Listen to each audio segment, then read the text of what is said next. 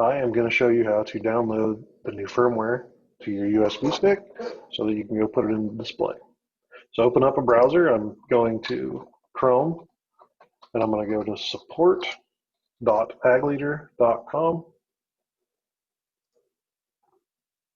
And when I get there, I'm not logged in. Just look right here in this box for quick links. We have the link to download the InCommand 1200. Then we're going to click this InCommand 1200 FW3 file, and then the blue download button. And then once it processes, you will see a tab or a button pop up below here. In 1 second. Okay, there it goes. So now while it's doing that, we can actually go exit back out of here and we can view the release notes for this new firmware. And we can see all the new things that we can expect to see.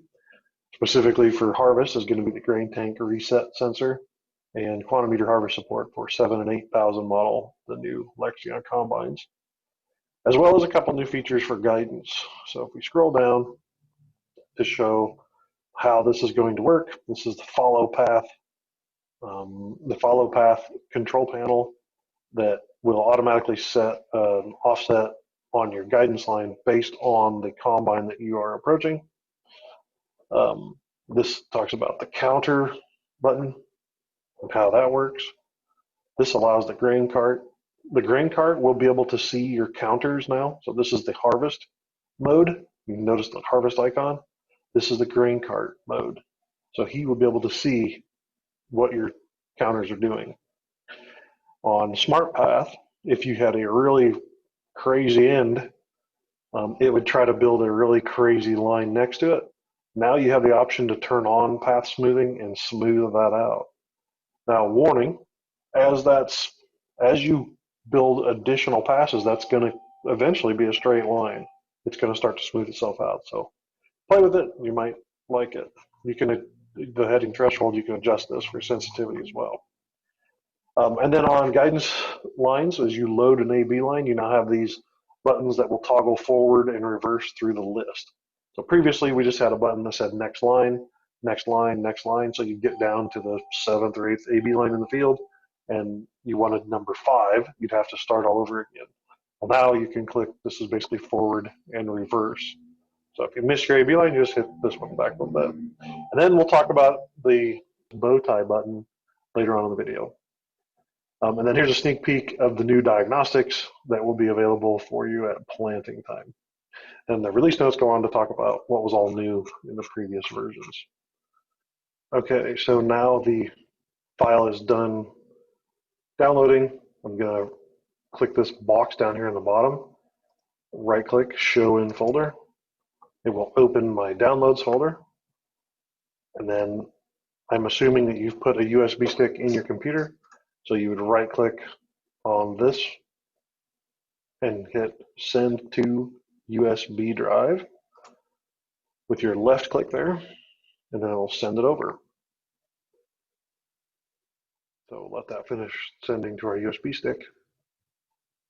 And once that's complete, we can close this little tab up here, which will take us back to the home screen of the support. And then let's go back to this quick links page, and we're going to click on ECU S1 for on track and steer command. This is the black box next to your seat. So now that I'm in here, I want to download this 4.12 file.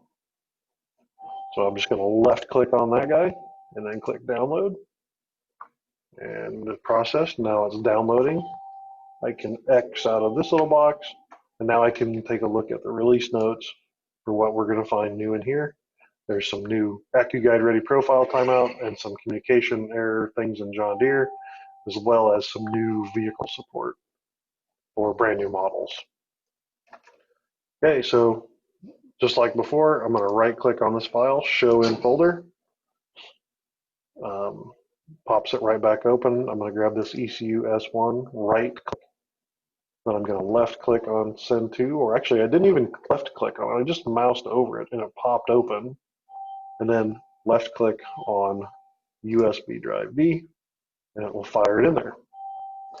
Right, back to the combine cab.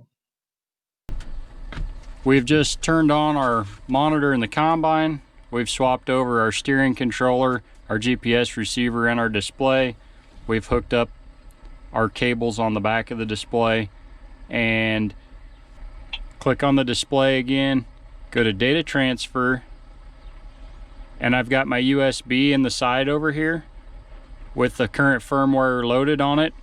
You can either have Full Field Ag come out, check your system over, and upgrade your firmware for you, or you can obtain it from agleader.com. So then we go ahead and click upgrade firmware. I scroll down and find the InCommand 1200 5.5. Click the green check.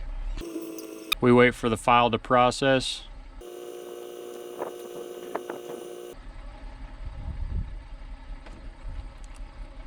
You'll be prompted that the upgrade is ready to install. Simply hit the green check, and the rest is automatic.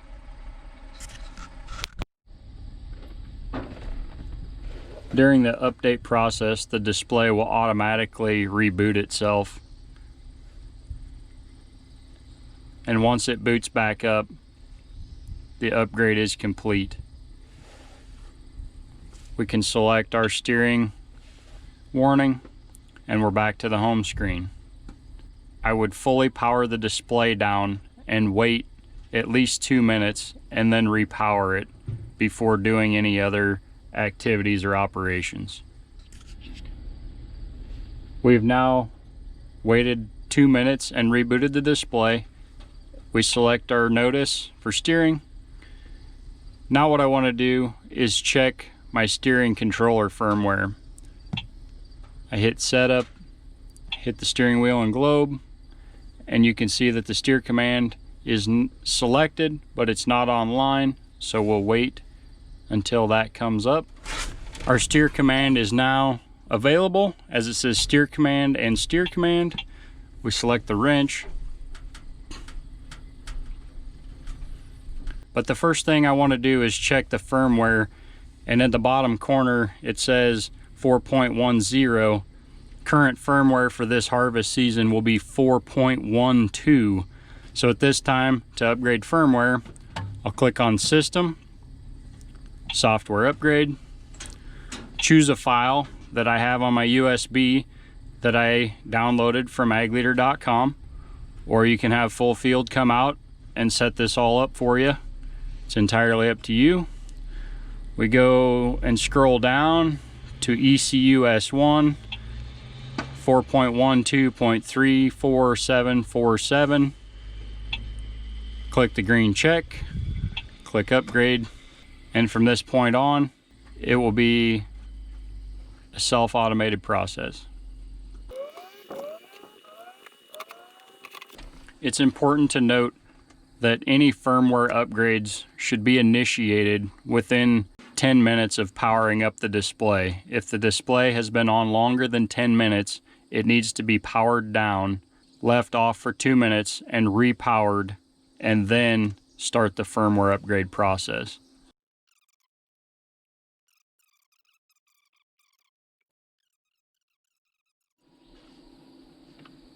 We can see that our upgrade was successful. We're now on 4.12, so we can hit the back arrow, green check to exit the menu, back arrow, and shut the display down.